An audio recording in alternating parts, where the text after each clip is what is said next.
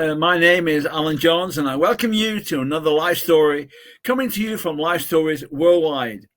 We bring you stories from across the world, and these stories go out to many, many parts of the world. We bring you stories of people who've gone all types of struggles and challenges in their lives, and how they've overcome those challenges and how their lives have been transformed. We're live on StreamYard, Facebook, YouTube, and you can also watch us on our website, Lifestoriesworldwide.com. Our guest today is from Leicester in the UK. His name is Garry Kinton. And Garry has a wonderful story that he's going to share with you.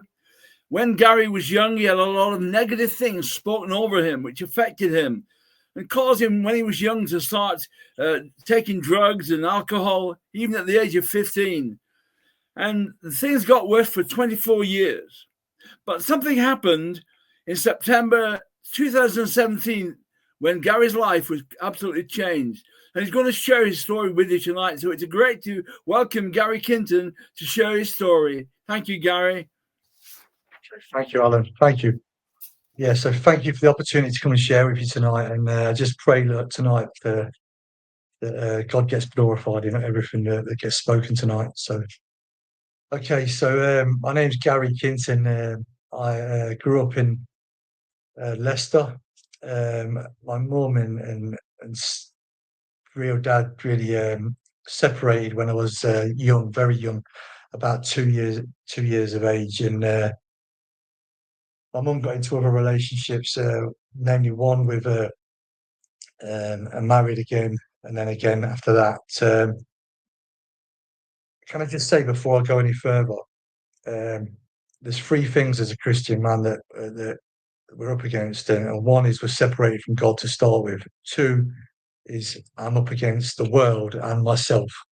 So when I share my story now, you're going to hear that I'm already separated from God, and now the world does a number on me, and then I do a number on myself.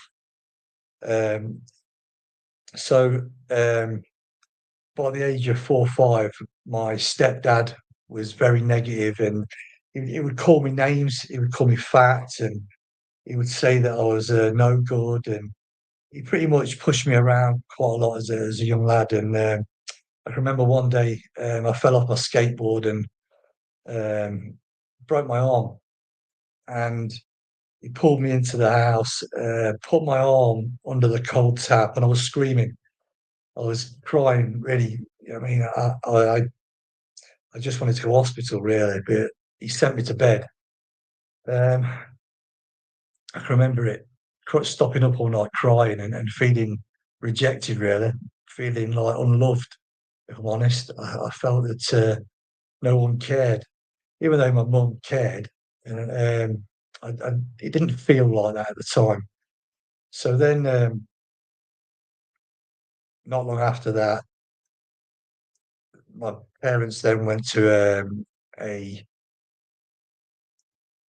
parents' evening where teachers tell their children how they're getting on. And there was a school teacher at the time called Mrs. Lewis, and she was an elderly lady with flares and very hippie kind of lady. And she sat down and she said to my mum and stepdad. Now, bearing in mind, my stepdad already had a negative influence on me. He was speaking a lot of stuff over me. She turned around and said to my mum that as long as he can read the name on a cement bag, he'd be okay. He'll never really do a lot. That'll be his lot kind of thing. There's not a lot for Garry. And these things that were spoken, I took those on. I thought, you know what? I started to believe it. I started to believe that I was unloved and not accepted, and kind of pushed away, really. And as I grew a little older, it kind of shone in what I was behaving. By the age of 13, 14, I was hanging around with some older lads and down the park playing football, and then 15 comes, and I was a big lad. So everyone else had asked me to go into shops and buy the cigarettes and stuff like that, and because I'd get served, and I would really. I didn't even smoke at the time, but I did it to fit in with everyone else, to feel accepted where I didn't previously.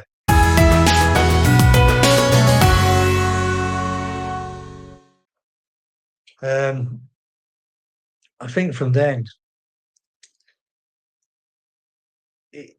my life started to go to another level of general bad attitude. Really, I didn't care. My mum was out with my stepdad, and I wasn't feeling loved or accepted. So I started to have cans of beer and stuff, and going out with my friends. And over the weekends, we used to get wrecked quite a lot. I always remember being at school, actually, and the school teacher coming into the class, and it was graphic communication. And at the time, we was under the influence of stuff, and he kind of put his hand on my shoulder and slapped me around the face like this, going, "Drugs in schools, what do you think of this, Kinton?" And at the time, I was kind of shook it off, didn't think, I just brushed it away. You see, I've already told you now that I'm separated from God. The world's spoken stuff over me, and I've took that on. I'm feeling rejected, I'm feeling unloved, I'm feeling lonely, and now I'm going to do a number on myself now. So I already started to smoke to fit in with people, and now I'm drinking at the age of 15. And then there's cannabis comes into the equation.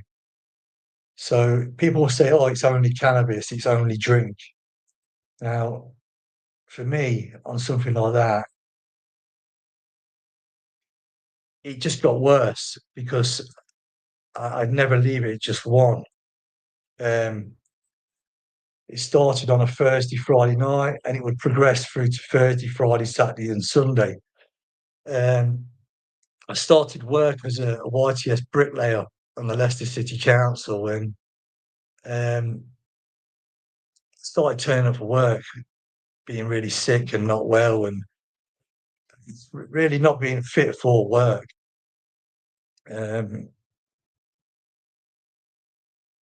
What happened then? So then I started to go to like Emporium, which was a nightclub. It was a dance club, stuff like that.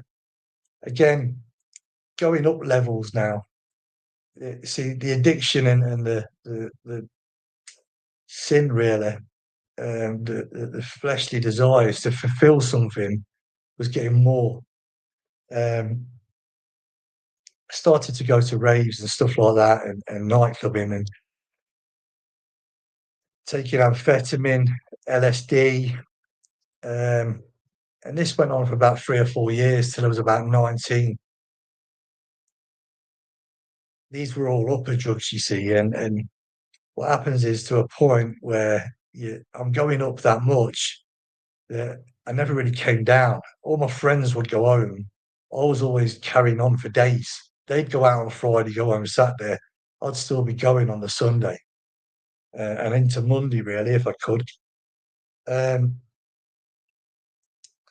Anyway, after a few years of doing this, one night I pulled up into a car park in Glenfield in Leicester with my cousin, and we'd just been to Emporium. Sorry, it was in the morning, morning after. And now this is where now I can say to you, the drugs and drink was enjoyable to a point at that time, but this is where my life really drastically changed. This is where, I'm not saying that I got addicted in one night. What did happen was the devil got a foothold, a massive foothold in my life, even more than. My cousin said to me, "Try some of this." It was heroin. I had a few lines of it, and it made me sick there and then. I was sick out the car. But even though it made me sick, I still went back to it. I went back to it the next day, and it made me sick again. But then I went back to it again. And eventually I was in a ball of cotton wool for a short time. What heroin does is it just takes away everything for a short time. It's a short time fix for a long-term problem.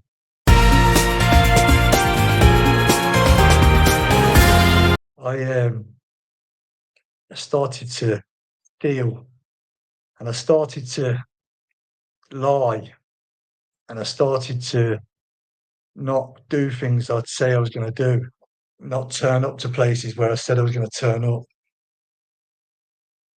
I think the first time I started shoplifting, it almost, oh, this is easy. This continued for quite a while, and to the point really where I was doing it daily. I was no longer working, and when you smoke heroin, it fixes you for a little while, but you always need more. So you're constantly chasing something. You're constantly chasing, and then started injecting. I started injecting heroin, and again, then comes crack cocaine. By the age of really 20, 19 to 20, I was fully surrounded and just in a ball of criminal activity, drug work, drug fueled nonsense, really. That's the truth. My life was becoming a big lie. It was becoming an actual nightmare. I was living in a nightmare. What happened from there? What can I say? The thing is, if nothing changes, it just kept going. I kept injecting. I kept getting arrested. I was in and out of prison. In my head, I told myself, I had a partner at the time. I told myself, if we have a kid, if we have a kid, I'll stop taking the drugs and stuff. But I didn't. It just made me worse. I couldn't even stop for my daughter, my first little. So what happened then? Got bored from every shop in the country. The criminal activity was going more, and I was telling myself, you know what? I can't shoplift no more. I know what I'll do. I will start selling drugs. That way, I won't be going in and out of prison. I won't be around the police as much. But what I did do, I started having undesirables into my house and putting my children at risk around the wrong people. My house was being raided regular. One week, the police took my door off every day and came under the windows and all sorts to because of the hive of activity at my house. As you can see, I got nowhere else to turn at this point. I'm in an actual living nightmare. But the thing is, even in that, I would be selling drugs, wanting to get well. And I can remember saying things like, I need to renew my mind or something. And I didn't know that was in the Bible. I need to change something. And then when I'd go in the police station, the police would offer me a Bible or a code of conduct, and I would push them away. Yet then I'd go in the police cell and I'd cry out to God. I look back on it now and think, He was there all them times. He was there. But I never followed through on it. Anyways, 2017, early on in 2017, end of 2016, my daughter's was taken. Social services decided I wasn't fit, and my partner wasn't fit to look after my two little girls anymore. It broke my heart. I'll be honest. It broke my heart. I wanted to love them and look after them and protect them so much, but I just couldn't keep doing what I was doing. It says in Romans, why do I do the very things I don't want to do and continue to do them? Just, I see, I look back on it and think, I know why now. Anyway, it got worse. My partner left then. And then she wanted the house. And that was my little castle. That was Jazz's kingdom at that point. At that point in 2017, I believe that I really did hit rock bottom.